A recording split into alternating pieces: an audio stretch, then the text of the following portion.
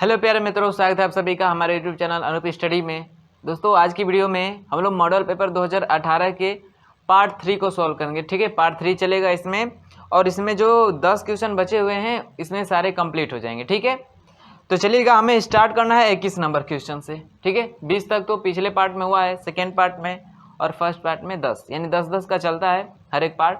ठीक है, तो चलिएगा, वीडियो को अंत तक बने रहिएगा और हर एक क्वेश्चन का सोल्यूशन अच्छी तरीके से देखिएगा। ध्यान दीजिएगा 21 नंबर क्वेश्चन पे क्या करें इसमें कि किसी पिंड का द्रव्यमान 2 गुना तथा वेग आधा करने पर उसकी गतिज ऊर्जा हो जाएगी। उसकी गतिज ऊर्जा हो जाएगी। ठीक है, यानी हमसे गतिज ऊर्जा के बारे में पूछा है। ठीक है, तो गतिज ऊर्जा की सबसे पहले फार्मूला पता कर लेते हैं। क्या होता है? K बराबर 1/2 mv², ये होता है हमारा फार्मूला। ठीक है, फार्मूले कोई ऐसे क्वेश्चन में जो फार्मूला होता है उसको इक्वेशन फर्स्ट बना लेते हैं हम लोग। ठीक है, उसके बाद से जो शर्त होती है उस शर्त के अनुसार हम लोग दूसरी काइनेटिक एनर्जी निकालते हैं। ठीक है, तो शर्तानुसार क्या कह रहा है हमें कि जो शर्तानुसार जो हम काइनेटिक एनर्जी निकाले K डैश, तो वो काइनेटिक एनर्जी किस वैल्यू पे निकालेंगे? तो 1/2 जो द्रव्यमान है, शर्तानुसार में क्या है कि जो द्रव्यमान है वो कितना हो जाए? 2m हो जाए।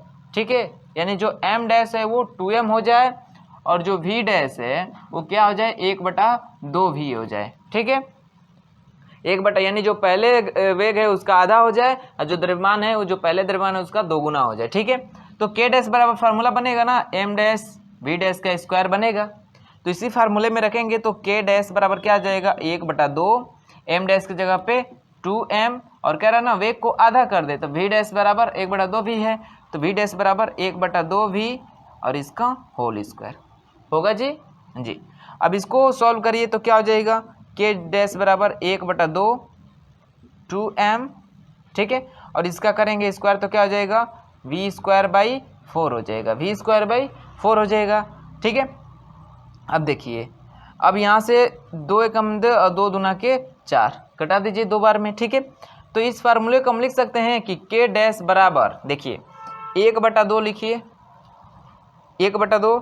ठीक है, या 1/2, देखिए बटे में भी इधर भी 2 है। ठीक है, तो इस हम 2 को एक बार बाहर निकाल दे, यानी इसको लिख सकते हैं 1/2 इंटू 1/2, क्योंकि 2 का इसमें गुणा करेंगे तो 4 हो जाएगा, 2 दूना है 4, तो इसको लिख सकते हैं 2 गुणे अलग अलग लिख सकते हैं 1/2 इंटू 1/2, क्योंकि गुणा करेंगे तो 1/4 आ ही जाएगा। ठीक है, और क्या बचा है? mv², तो mv²। ठीक है, अब देखिए इक्वेशन फर्स्ट से, तो ये वाला जो वैल्यू है ये किसके बराबर है? k के बराबर है। ठीक है, तो इक्वेशन फर्स्ट से, समीकरण 1 से जो k डैश बराबर हो जाएगा 1/2 k के। ठीक है, 1/2 k, 2k। ठीक है, तो जो हमारी गतिज ऊर्जा हो जाएगी, यहाँ से क्या निकलेगा परिणाम कि जो हमारी गतिज ऊर्जा k डैश होगी वो प्रारंभिक गतिज ऊर्जा की क्या हो जाएगी? 1/2, यानी आधी हो जाएगी। क्या हो जाएगी?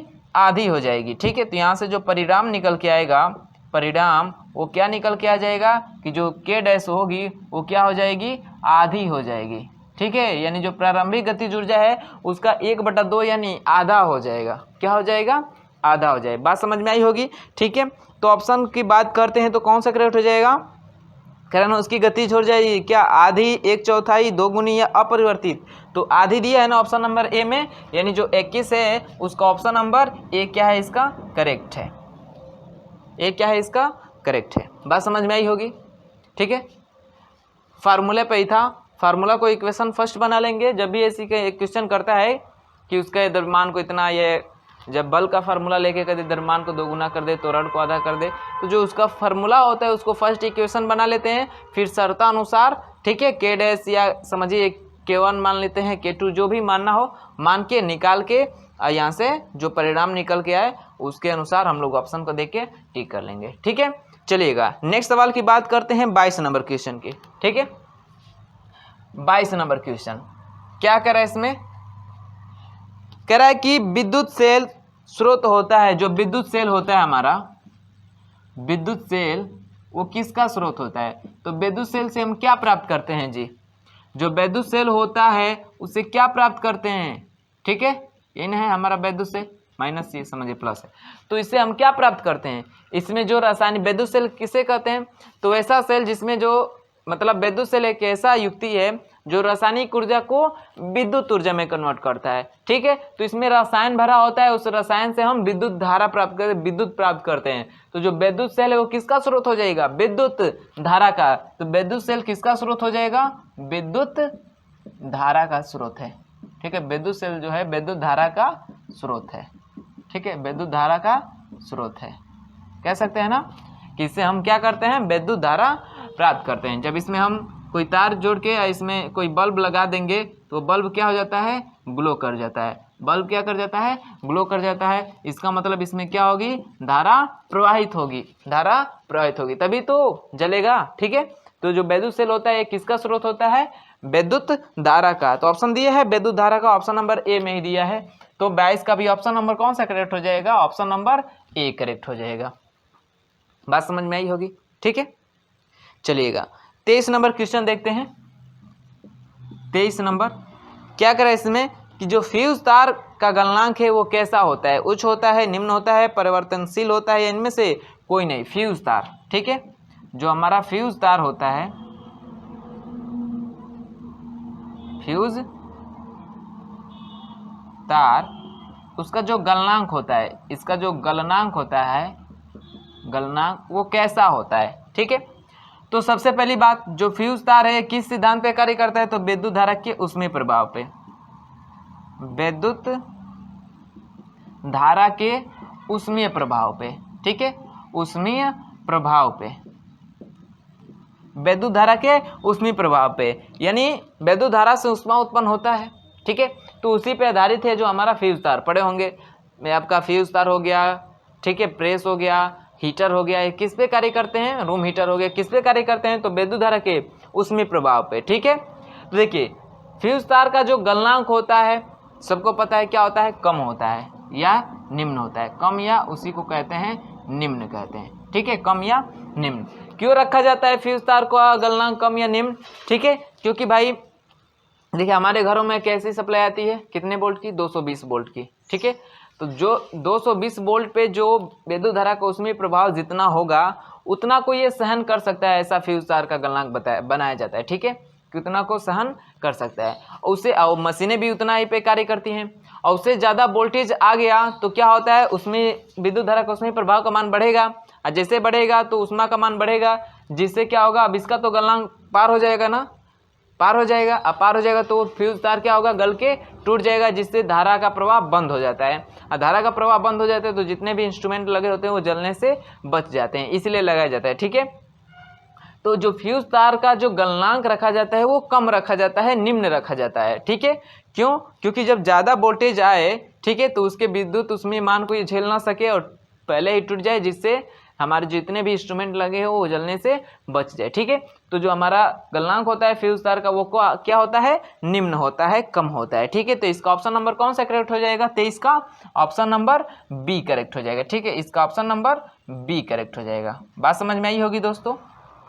ठीक है, चलिएगा नोट करिएगा, इतना नोट करिएगा, फिर आगे सॉल्व करते हैं। चलिएगा आगे देखिएगा 24 नंबर क्वेश्चन। ठीक है, 24 नंबर क्वेश्चन में क्या करा है कि एक विद्युत बल्ब पर 12 वोल्ट और 60 वाट अंकित है तो इसमें धारा होगी। ठीक है, कोई विद्युत बल्ब है, कोई क्या हमारा विद्युत बल्ब है, और इस बल्ब पे लिखा गया है 12 वोल्ट और 60 वाट। ऐसे ही बल्बों पे लिख के आता है। ठीक है, 12 वोल्ट और 60 वाट, इसका मतलब समझिए इसका क्या है? V का मान है, और ये क्या है? इसकी सामर्थ्य P है। ठीक है, और हमसे पूछा है कि इसमें कितनी धारा प्रवाहित होगी, वही पूछ रहा है। ठीक है, तो देखिए P V और I में हमें संबंध बताना है। P V और I में संबंध, रिलेशन, ऐसा फार्मूला देखिए जिसमें ये तीनों दिखे। ठीक है, तो क्या होता है फार्मूला? P बराबर V इंटू I होता है। ठीक है, इसका 3 फार्मूला होता है ना, एक P बराबर V इंटू I, एक बार P बराबर होता है V स्क्वायर बाई R। ठीक है, और एक होता है P बराबर I स्क्वायर R होता है। तो इन तीनों फार्मूले में से हमें इन तीनों वैल्यू को लेना था, तो ये वाला फार्मूला मिलेगा आपको। ठीक है, यहाँ पे लिख दे सारे फार्मूले। एक होता है P बराबर V इंटू आई, P बराबर होता है V स्क्वायर बाई R, और एक होता है P बराबर I स्क्वायर R। ठीक है, ये होते हैं 3 फार्मूले इसके। ठीक है, और इसमें से हम इस वाले फार्मूले को उठाएं, क्योंकि इन तीनों में हमें रिलेशन निकालना है, क्योंकि ये दो वैल्यू का मान दिया है, आई का मान पूछा है, तो यही हम फार्मूला उठाएंगे। ठीक है, अब देखिए पी का मान कितना है 60 बराबर भी का मान कितना है 12 इंटू आई, 12 5 60, यानी आई बराबर कितना आ जाएगा 5, और धारा है ना, धारा का मात्रक क्या होता है एम्पियर, धारा का मात्रक क्या होता है एम्पियर, तो कितना आ जाएगा धारा का मान 5 एम्पियर, कितना आ जाएगा 5 एम्पियर। देखिए ऑप्शन में दिया है 5 एम्पियर, जी हाँ ऑप्शन नंबर डी में दिया है 5 एम्पियर, यानी इसका ऑप्शन नंबर डी करेक्ट हो जाएगा, ऑप्शन नंबर डी करेक्ट हो जाएगा। बात समझ में आई है? ठीक है, देखिए इसमें बहुत ही आसान दिया है क्वेश्चंस, आप लोग जो तैयारी करनी है आप लोग इस बिहार पॉलिटेक्निक से भी तैयारी करिएगा और यूपी पॉलिटेक्निक से भी, क्योंकि उसमें थोड़े अच्छे क्वेश्चन हैं। ठीक है, एग्जाम में आने लायक क्वेश्चन है जो उससे पूछ सकता है, वैसे क्वेश्चन उसमें दिया गया है यूपी पॉलिटेक्निक में। ठीक है, तो दोनों से आप लोग तैयारी करते जाइएगा। मैंने पीछे भी कहा है कि आप लोग बिहार पॉलिटेक्निक के भी मॉडल पेपर देखा करिए और यूपी पॉलिटेक्निक के भी। ठीक है, और चैप्टर जो है सेम वही है, तो मैंने कहा है कि जो थ्योरी है यूपी पॉलिटेक्निक से ही आप लोग पढ़ लीजिएगा। ठीक है, चलिएगा आगे की बात करते हैं क्वेश्चन नंबर 25 की। ठीक है, क्वेश्चन नंबर 25 क्या कह रहा है इसमें, ध्यान से देखिएगा। कह रहा है कि रेखीय प्रसार गुणांक का मात्रक है, रेखीय प्रसार गुणांक का मात्रक है, रेखीय प्रसार गुणांक, रेखीय प्रसार गुणांक। ठीक है, इसका मात्रक पूछा है, तो रेखीय प्रसार गुणांक को किससे डिनोट करते हैं अल्फा से, किससे डिनोट करते हैं अल्फा से, और अल्फा बराबर होता क्या है तो डेल्टा एल अपान एल डेल्टा टी, यही होता है ना फार्मूला, यही होता है रेखीय प्रसार गुणांक का। तो इसका हमें मात्रक निकालना है, क्या निकालना है मात्रक, तो जो वैल्यू है उनके मात्रक भी रखेंगे यहाँ पे। तो ये एल है, एल क्या है हमारी लंबाई है, क्या है लंबाई है, और लंबाई का मात्रक क्या होता है मीटर, तो यहाँ पे हो जाएगा मीटर बटे में एल क्या है, एल भी क्या है लंबाई है, यहाँ पे भी एल क्या है लंबाई, और इसका मात्रक क्या होता है मीटर, इंटू ये डेल्टा टी, टी क्या हमारा ताप, और ताप का क्या होता है डिग्री सेल्सियस या केल्विन बताया गया है ना, तो चलिए हम डिग्री सेल्सियस रखते हैं, तो इसका मतलब क्या हो जाएगा डिग्री सेल्सियस, तो मीटर से तो मीटर कट जाएगा, इस सेल्सियस को ऊपर ले जाएंगे तो 0 डिग्री सेल्सियस का घात इनवर्स हो जाएगा, या इसी को लिख सकते हैं और करके क्या 1/0 डिग्री सेल्सियस। अब देखिएगा ये दोनों ऑप्शन में से आपको जो भी दिखेगा उसको आप लोग टिक कर लीजिएगा। ठीक है, तो देखिए ऑप्शन मैच कराते हैं। ऑप्शन नंबर ए में दिया है 0 डिग्री सेल्सियस, गलत है। दिया है मीटर इंटू डिग्री सेल्सियस का पावर -1, ये भी नहीं है। सी में दिया है 0 डिग्री सेल्सियस का घात -1, ये तो मैच कर रहा है। डी भी देख लेते हैं, एम इंटू डिग्री सेल्सियस, नहीं, यानी इसमें से 3 ऑप्शन गलत। ऑप्शन नंबर सी में जो है ये वाली वैल्यू दिया था, यानी इसका ऑप्शन नंबर कौन सा करेक्ट हो जाएगा, ऑप्शन नंबर सी करेक्ट हो जाएगा। 25 का ऑप्शन नंबर सी को टिक कर लीजिएगा। जो रेखीय प्रसार गुणांक अल्फा जो होता है इसका मात्रक क्या होता है तो 0 डिग्री सेल्सियस का घात -1 या प्रति डिग्री सेल्सियस इसको कहते हैं, क्या कहते हैं हिंदी में प्रति डिग्री सेल्सियस, प्रति डिग्री सेल्सियस कहते हैं।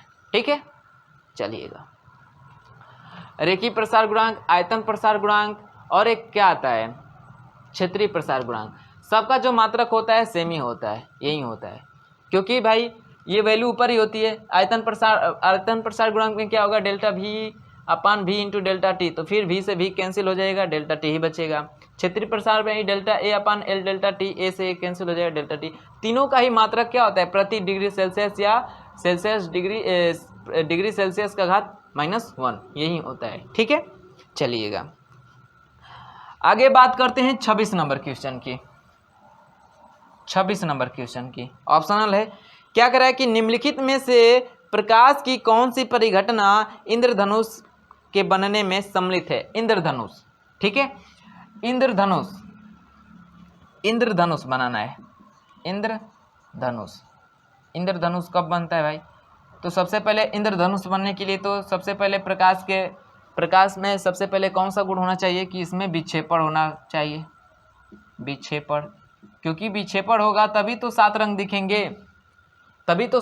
दिखेंगे, तो एक तो बात ये आ गई। ठीक है, अब विक्षेपण कब होता है जब प्रकाश का अपवर्तन होता है, तो दूसरा कंडीशन क्या हो जाएगा अपवर्तन, क्या हो जाएगा अपवर्तन। ठीक है, तो अपवर्तन हो उसमें विक्षेपण हो, वर्ड विक्षेपण हो, ठीक है। और ऑप्शन देख लीजिए, प्रकाश, देखिए ऑप्शन के अनुसार ही मान लीजिए दो चीज़ तो होनी जरूरी है। परिवर्तन होना जरूरी है, नहीं। अपवर्तन ठीक है, विक्षेपण ठीक है, तो परिवर्तन तो नहीं होना चाहिए, तो ऑप्शन ऐसे ए गलत हो जाएगा। बी में कह रहा अपवर्तन, विक्षेपण तथा पूर्ण आंतरिक परिवर्तन।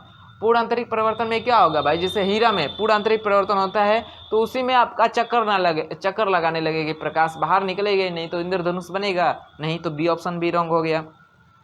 सी में कह रहा अपवर्तन, विक्षेपण तथा आंतरिक परिवर्तन। आंतरिक परिवर्तन हो सकता है, ठीक है, तो विक्षेपण, अपवर्तन और आंतरिक परिवर्तन, आंतरिक परावर्तन हो सकता है, ठीक है, आंतरिक परावर्तन, ठीक है।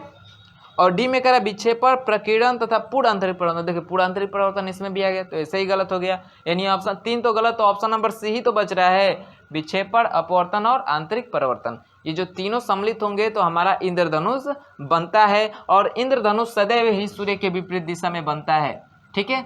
सदैव जो इंद्रधनुष होती है सदैव सूर्य के विपरीत बनता है, सूर्य के विपरीत बनता है, ठीक है, विपरीत बनता है। ये बात को आप लोग ध्यान में रखिएगा, ठीक है, क्योंकि जब सूरज अगर ईस्ट में निकल रहा है, पूरब में निकल रहा है, तो जो इंद्रधनुष बनेगी वो पश्चिम दिशा में बनेगी, ठीक है। यदि सूर्य पश्चिम दिशा में है तो इंद्रधनुष कहाँ बनेगी, पूर्व दिशा में, क्योंकि भाई प्रकाश का स्रोत तो इधर है, तो इधर से प्रकाश जाएगा, फिर परिवर्तन होगा तो इधर से बनेगा, या प्रकाश इधर है, प्रकाश का स्रोत इधर है तो इधर से प्रकाश जाएगी तो इधर बनेगा, ठीक है। तो इसलिए हमेशा जो इंद्रधनुष बनता है वो सूर्य के विपरीत दिशा में बनता है, ठीक है। इतनी बातें आप लोगों को समझ में आई है, नोट करिएगा इतना, फिर आगे सॉल्व करते हैं। 4 क्वेश्चन बचे हुए हैं, नोट करिएगा। चलिए देख लीजिए 27 नंबर क्वेश्चन। क्या कर रहा है इसमें कि एक अवतल दर्पण की वक्रता त्रिज्या 5 सेंटीमीटर है, इसकी फोकस दूरी होगी, ठीक है। अवतल दर्पण है जी, अवतल दर्पण, ठीक है, अवतल दर्पण दिया है, और इस अवतल दर्पण में जो इसकी फोकस दूरी है वो दिया है 15 सेंटीमीटर। तो आपको पता है अवतल दर्पण में जो फोकस दूरी होती है कैसी होती है, ये निगेटिव होती है। कैसी होती है, निगेटिव होती है, तो माइनस चिन्ह लगा लेते हैं, ठीक है। और पूछा क्या है, तो उसकी वक्रता त्रिज्या होगी, आर के बारे में पूछा है, ठीक है। तो यहाँ से निकालेंगे कि एफ और आर में रिलेशन क्या होता है, रिलेशन का जो फार्मूला, क्योंकि जो भी पूछता है तो उसके बीच रिलेशन पता हो, ठीक है, तो हम निकाल सकते हैं। तो एफ और आर के बीच में रिलेशन क्या होता है कि जो आर होता है बराबर होता है 2f, या एफ बराबर क्या होता है, r/2 होता है, ठीक है। तो हमसे पूछा क्या है, आर का मान पूछा है ना, तो हम इस वाले फार्मूले का यूज कर दे रहे हैं। तो आर बराबर क्या हो जाएगा 2f, एफ का मान पता है कितना है, -15, ठीक है। तो गुणा करेंगे तो 15 दूना के 30, और चिन्ह किसका लग जाएगा, माइनस, यानी -30 सेंटीमीटर, -30 सेंटीमीटर। ऑप्शन कौन सा करेक्ट हो जाएगा, 27 का -30 सेंटीमीटर। कहाँ गया, इसकी फोकस, सॉरी वक्रता त्रिज्या दिया है, फोकस दूरी पूछा है ना, वक्रता त्रिज्या दिया है, फोकस दूरी पूछा है। यहाँ पे वैल्यू को थोड़ा एडजस्ट करते हैं, ठीक है। यहाँ पे इसका मान दिया है और इसका मान पूछा है, वक्रता त्रिज्या का मान दिया है, यानी इसका मान दिया है, ठीक है, तो माइनस में ही होगी, क्योंकि अवतल दर्पण है तो वक्रता त्रिज्या भी माइनस होगी, तो -15 सेंटीमीटर दिया है, और फोकस दूरी का मान पूछा है, तो हम फार्मूला यूज करेंगे ये वाला, फोकस दूरी पूछा है तो ये वाला फार्मूला यूज कर देंगे, ठीक है। तो ये वाला फार्मूला यूज कर देंगे, तो यहाँ से हो जाएगा, क्या हो जाएगा, एफ बराबर क्या हो जाएगा, आर का मान दिया कितना, -15, अब बटे में कितना 2 कर दीजिए, -2 7 14, 1 बचेगा, दशमलव लगाएंगे 10 हो जाएगा, 2 5 10, यानी -7.5 सेंटीमीटर। अब ऑप्शन मैच करेगा, -7.5 सेंटीमीटर, -7.5 सेंटीमीटर, दो ही ऑप्शन में दिख रहा है 7.5 बी और डी में। और चिन्ह की बात कर ले तो चिन्ह के अनुसार कौन सा करेक्ट हो जाएगा, ऑप्शन नंबर बी करेक्ट हो जाएगा, ठीक है। तो 27 जो क्वेश्चन है इसका ऑप्शन नंबर बी करेक्ट हो जाएगा, ठीक है। थोड़ा वैल्यू को देखिए करिएगा, किसका वैल्यू दिया है, मैंने एफ का मान लिख दिया था, ठीक है, एफ का नहीं, वक्रता त्रिज्या का मान दिया था, एफ की वैल्यू पूछा था, एफ की वैल्यू पूछा था, ठीक है। फार्मूला आपका दोनों दिख ही रहा है, ठीक है, जो वैल्यू दिया हो जिसका पूछे उसके अनुसार फार्मूला यूज करके नोट कर लीजिएगा, हॉल कर लीजिएगा, ठीक है, और ऑप्शन मैच करा लीजिएगा। बात समझ में आई है, चलिएगा 28 नंबर क्वेश्चन की बात करते हैं। 28 नंबर, तो इसका तो सब लोग जवाब दे देंगे भाई, ठीक है, कह रहा है कि एक एंगस्ट्रॉम का मान कितने के बराबर होता है। ठीक है, तो इसका भी मान जो है ऑप्शन के अनुसार ही कन्वर्ट करते हैं। ऑप्शन में जो दिया इसका तो सबको पता है कि कितना होता है, 10 की पावर -10 मीटर होता है। ठीक है, यदि यही ऑप्शन में मीटर की जगह पे क्या दे दे, माइक्रोन दे दे, ठीक है, या मिलीमीटर दे दे, तब जो इसकी वैल्यू होगी चेंज होगी ना। ठीक है, तो ऑप्शन के अनुसार हम इसके मान को निकालेंगे। ठीक है, तो देखिए ऑप्शन में तो मीटर दिया है, ऑप्शन में मीटर में दिया है, यानी एंगस्ट्रॉम का मान मीटर में कितना होता है, तो एक एंगस्ट्रॉम का मीटर में मान कितना होता है, 10 की पावर -10 होता है, 10 की पावर -10 होता है। ठीक है, चलिएगा यहीं माइक्रोन में करें तो क्या हो जाएगा, तो आपको पता है एक माइक्रोन में कितना होता है, 10 की पावर -6 होता है। ठीक है, 10 की पावर -6 होता है, तो इसको तोड़ देंगे, 10 की पावर -4 इंटू 10 की पावर -6, तो 10 की पावर -6 की जगह पे हम माइक्रोन लिख सकते हैं। ठीक है, चलिएगा तो ऐसे कन्वर्ट कर सकते हैं, बात समझ में आई है। तो यहीं लिख देते हैं, यहाँ पे एक एंगस्ट्रॉम जो होगा कितने के बराबर हो जाएगा, 10 की पावर -4 माइक्रोमीटर के बराबर हो जाएगा, या मिलीमीटर में देखें तो क्या हो जाएगा, 10 की पावर -7 mm के बराबर हो जाता है एक एंगस्ट्रॉम। ठीक है, चलिएगा आगे बात करते हैं। इसको ऑप्शन की कौन सी बात कर ले, ऑप्शन नंबर तो कौन सा करेक्ट हो जाएगा, ऑप्शन नंबर ए करेक्ट हो जाएगा। ठीक है, ये वाली वैल्यू ऑप्शन नंबर ए में दी है। ठीक है, इसका ऑप्शन नंबर ए करेक्ट हो जाएगा। यदि यहीं आपको किसी अन्य यूनिट्स में दिया हो तो उसके अनुसार कन्वर्ट कर लीजिएगा। ठीक है, कभी कभी माइक्रोन में पूछता है। ठीक है, चलिएगा अगला देख लेते हैं 29 नंबर क्वेश्चन। क्या कह रहा है 29 नंबर क्वेश्चन में, कह रहा है कि किसी गोली दर्पण की फोकस दूरी तथा वक्रता त्रिज्या में संबंध क्या होता है। यहीं पे तो लिखे हैं वक्रता त्रिज्या और फोकस दूरी में संबंध, यही तो है। अब इसके अनुसार आप लोग मैच करा लीजिएगा, कौन सा ऑप्शन मैच करा है, क्योंकि यहीं दो हैं।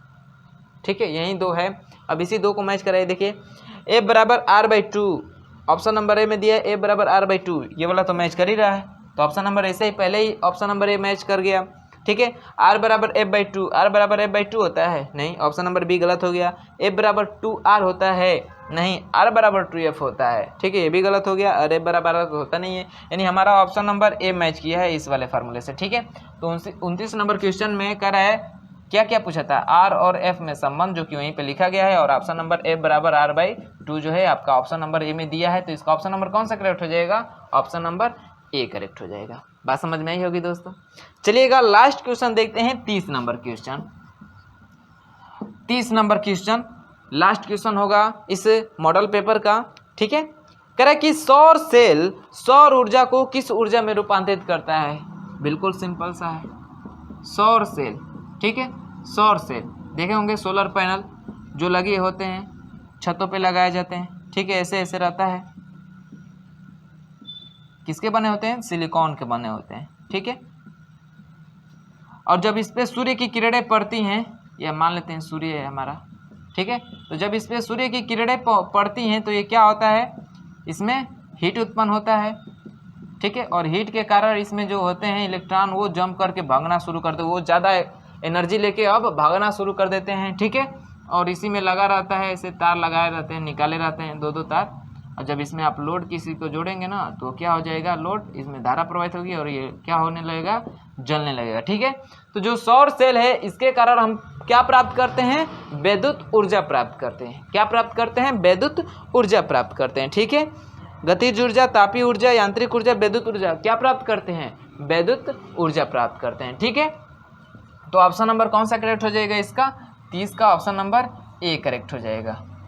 ठीक है, अब कहेंगे सर जी सोलर सेल से तो हम मोटर भी चलाते हैं, तो मोटर तो यांत्रिक ऊर्जा उत्पन्न करता है, तो भाई मोटर चलेगा कब, जब धारा आएगी तभी तो उससे। ठीक है, तो मेन इसका मुद्दा यही है कि जो सोलर सेल है उसके कारण हम विद्युत धारा उत्पन्न करते हैं। अब विद्युत धारा से आप कौन सी ऊर्जा उत्पन्न करते हैं, अब ये तो आप पे निर्भर करते हैं, उसमें ऊर्जा उत्पन्न कर रहे हैं यहाँ से बल्ब जला के या मोटर जला के। ठीक है, यांत्रिक ऊर्जा, ठीक है, या उससे कार चला के गतिज ऊर्जा में उसको कन्वर्ट कर रहे हैं, अब ये तो आप पे निर्भर करता है। ठीक है, लेकिन जो है इसमें जो सोलर सेल वो कौन सा ऊर्जा देता है, विद्युत ऊर्जा देता है। बात समझ में आई होगी। चलिएगा, तो ये रहा पूरे इस मॉडल पेपर का सोल्यूशन इस पार्ट में। ठीक है, 10 क्वेश्चन का सोल्यूशन हो गया 30 नंबर तक। 30 क्वेश्चन आएंगे हर एक पार्ट से, मैथ से भी, केमिस्ट्री से भी और फिजिक्स से भी। ठीक है, चलिएगा, तो इधर तो बहुत सिंपल क्वेश्चन दे रहे हैं आप लोगों में। ठीक है, अब हमने कहा कि बिहार यूपी पॉलिटेक्निक से करिएगा क्योंकि उसमें थोड़े टॉप लेवल के क्वेश्चन उठाए हैं, ठीक है, जैसे एग्ज़ाम में पूछा जाता है। चलिएगा, तो दोनों बोर्डों से आप लोग पेपर की तैयारी करिएगा, ठीक है। मैं आशा करता हूँ कि जितने भी क्वेश्चन सॉल्व कराएंगे ये भी समझ में आया होगा और वीडियो भी अच्छा लगा होगा, तो वीडियो को लाइक कर लीजिएगा और अपने दोस्तों में शेयर कर लीजिएगा, ठीक है। चलिए मिलते हैं अगले वीडियो में एक नए मॉडल पेपर के साथ 2017 सॉल्व करेंगे, ठीक है, 2017। तो चलिए मिलते हैं अगले वीडियो में, तब तक के लिए बाय बाय, धन्यवाद।